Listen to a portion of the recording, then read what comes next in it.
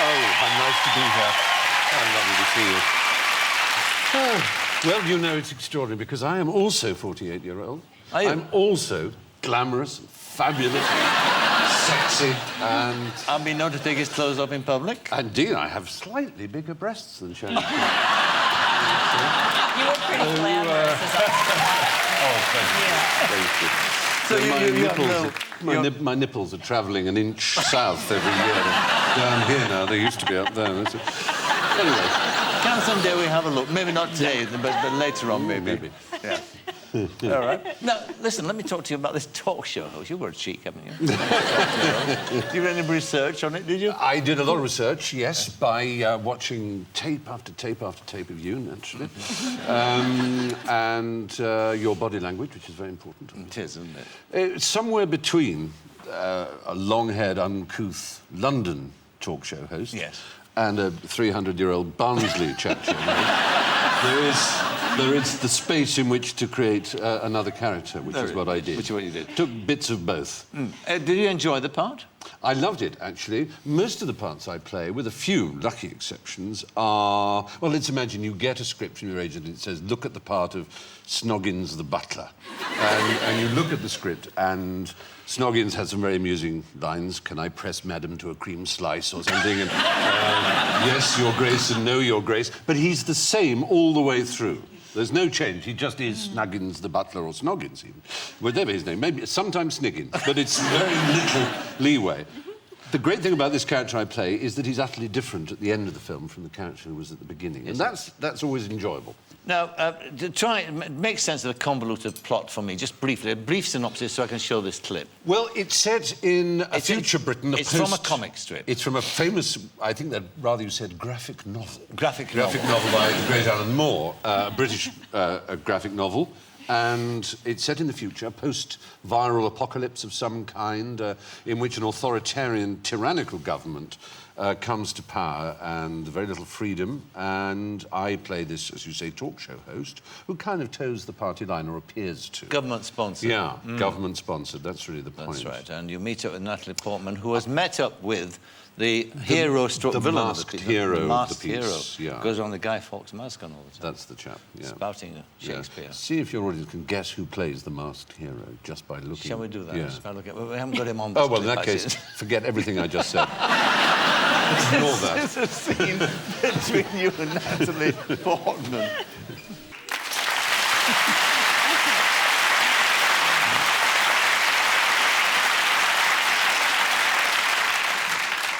It's a spectacular conclusion of this film, so you brought the House of Commons. It was remarkable. Yes, we had tanks in Parliament Square. We had thousands of extras in Whitehall, huge cranes. It was an extraordinary thing to be right in the centre of government. How we got permission, I don't know. And I was puzzling over this with the first assistant director. I said, "How did you get? You usually can't get permission to do anything anywhere near seats of government. You know, the Secret Service and various other people just don't like it. Plus, civil servants don't like it. They're working busily at night, ho ho, and they don't like film crews there." And I said, "Who's that boy's familiar?" There was a boy in a sort of day-glow coat who was one of the assistant runners. I said, "I'm sure I've seen him before." He said, "Yes, that's Ewan Blair." That's the reason. So that's how we got there. Daddy, can you please let them have permission to film? Another scandal. No, I'm sure Well, there I was mean, nothing London's of that trying nature. very hard now to actually to embrace people. Well, who it come is, as filming Sharon here. said, it's a great city to film because it really is, it's like a great sort of layer cake of different periods. You can shoot Elizabethan things, you can shoot the most modern things imaginable. How demanding are you as an actor in a movie now? Well, as you know, being an actor, the most important thing you have to sort out is not what part I you're hear playing. he's a big whiner. Yeah, a big wino or a whiner? I have simple tastes. My trailer must be larger than anybody else's, obviously. It must have broadband. Two separate broadband, one for television, one for computer. Robes. Yeah, that's right. It is extraordinary, isn't it? Absolutely amazing. Now, the kind of obsession actors have. I did a film with John Travolta. He had 3 trailers. It was known as JTville. He's known as JT. And one was a huge one for him. I mean, really, I think it had a tennis court. I'm not sure, but it was very big. And there was another one for his people, his staff.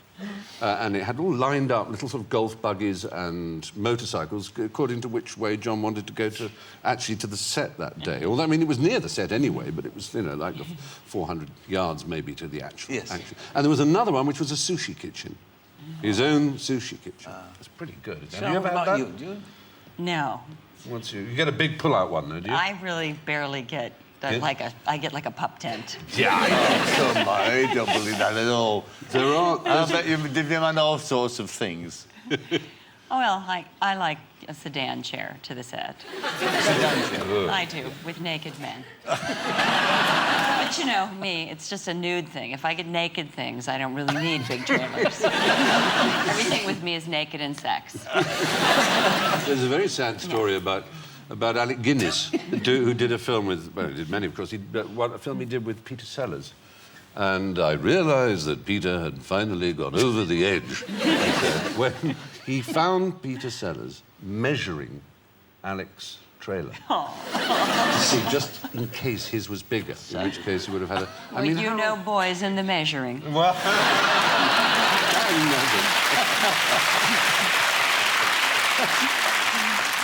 Oh, dear. Let's talk about something else that you're doing, which is absolutely fascinating, which is a documentary you're doing on manic depression. Yes. And if anyone can make that entertaining, it's going to be you, sir. I have some free time. Do you? Do you think you are a manic depressive? Just at the moment. You're just... I spoke to a well-known producer in Hollywood. We filmed in Los Angeles, and he said, contrary to rumour, you don't have to be gay, you don't have to be Jewish to get on in Hollywood, but by God, you've got to be manic depressive. It is certainly true that an enormous number of Hollywood people are. Why? I don't know why. I mean, it's whether it's God. cause or effect. I mean, whether it turns you into a manic depressive or whether manic depressives are, to be serious for a moment, well, they are attracted to creative jobs, and jobs indeed where you don't necessarily have to go 5 to 9. It's almost impossible if you're seriously bipolar, as the current phrase for manic depression is. That's manic, is it? Yeah, because people think of manic depression, they hear the word depressed, and they immediately think it's someone who gets depressed. And certainly depression is very serious. I mean, about 20% of untreated manic depressives who've been hospitalised will commit suicide, and many more will attempt. No, you speak from personal experience. I mean, do. You start off your documentary, I think, Yeah. in the theatre where you had your breakdown, in a sense. I do, and that's right. And really, when I was 17, I tried to take my life, and I've been diagnosed with what doctors call cyclothymia, which Americans rather splendidly call bipolar light,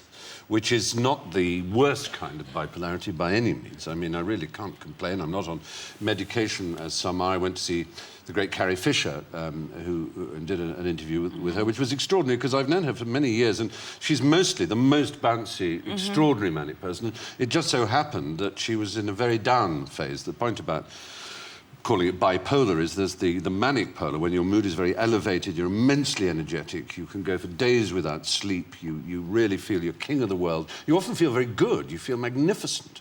And the other pole, as it were, of bipolar is the terrible black depression. And we caught Carrie on a day when she was really down. It was an awful sight. I'd never seen her like that. She was almost physically transformed, and it was terribly sad. And you realise this is really an appalling illness. Yes. But it's also a spectrum, because most people will say, well, look, I mean, I have up days and I have down days. Yes. Does that make me manic depressive? Am I bipolar? Can I get health insurance and days off work by claiming? We go, well, no. You know, there is an obvious moment when someone is sick. For instance, I saw a wonderful man who served on the Royal Yacht Britannia for many years and had a very senior naval position. And he developed the most appalling conditions, pretty terrible psychosis in his mania and terrible depression. And he was hospitalised, and his depression got so bad that he went out in the street and threw himself in front of a lorry. And he smashed his legs to pieces. Amazingly, survived. I mean, the bones sticking out everywhere. And I said to him, the pain must have been unbelievable. He said, God, it was. That's why I tried to kill myself. I said, no, I mean the pain of your legs. He said, the pain of my legs was nothing compared to the pain inside. That gives you some idea of what that depression can mean. But the other extraordinary thing is that to almost all of them, I've given this question. I've said to them, here's a button. If you press the button, you can take away your bipolarity, your manic depression, and you would never have had it. Do you want to press the button?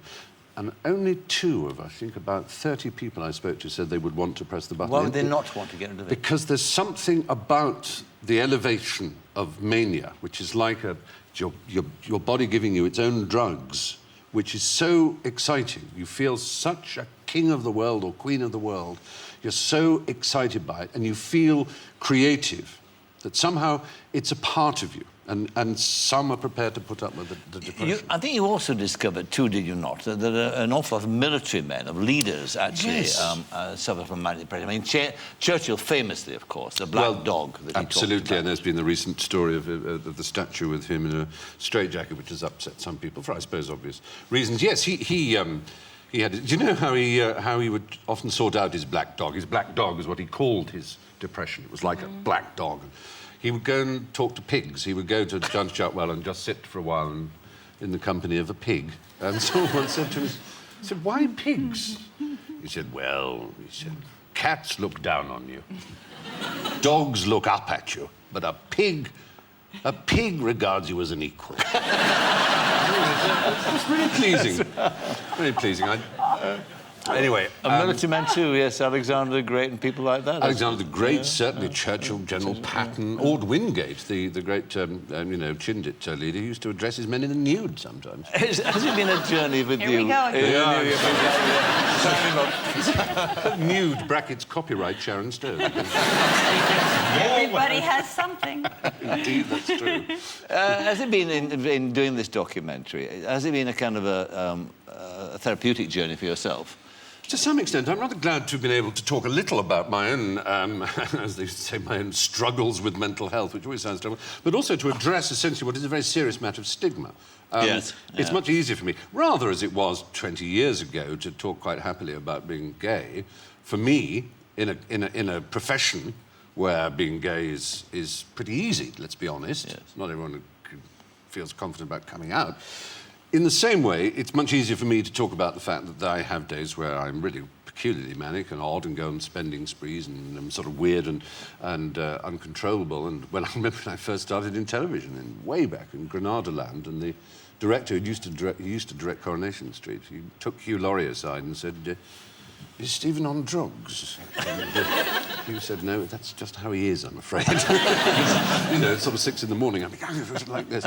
And occasionally very bad downsides. Anyway, I can talk about this to some extent because I feel I'm not going to get fired, I'm not going to have people looking at me too oddly. But there are really hundreds of thousands of people out there, millions of people, in fact, whose lives are really blighted by the fact that their mood swings are so great that if they and if they're diagnosed, they feel they tell someone they're bipolar and they're on medication, some of them, also, that they may lose their job, they may have just a lifetime of people looking at them oddly. Sounds a fascinating subject, and that's documentary coming out in the autumn, right? Coming out in the autumn, 2 programmes on BBC sounds Two. Fascinating. On the gay thing, I mean, Elton got married, and it seems to be all the rage now. Are you going to get married? Well, you see, I'm an old-fashioned sort of fellow at heart, but not in that regard. So I'd just be so embarrassed. I mean, at the end of it, despite, as I recently discovered by doing that genealogy show, my Jewish roots and everything, I'm still very English. And I would just feel, I just feel an arse, to be honest. Well, obviously. Whoops. That's not quite what I meant. No, I don't know.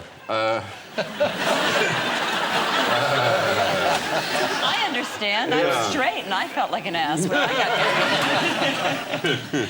Anyway, you're anxious to get on, so please do. You can tell the body language, you can Body language, when I lean forward. And that way. And that way. And gasp like a guppy. All the best for the movie. Thank you very much. Certainly all the best with that fabulous sounding documentary. It was really fascinating. Stephen Fry.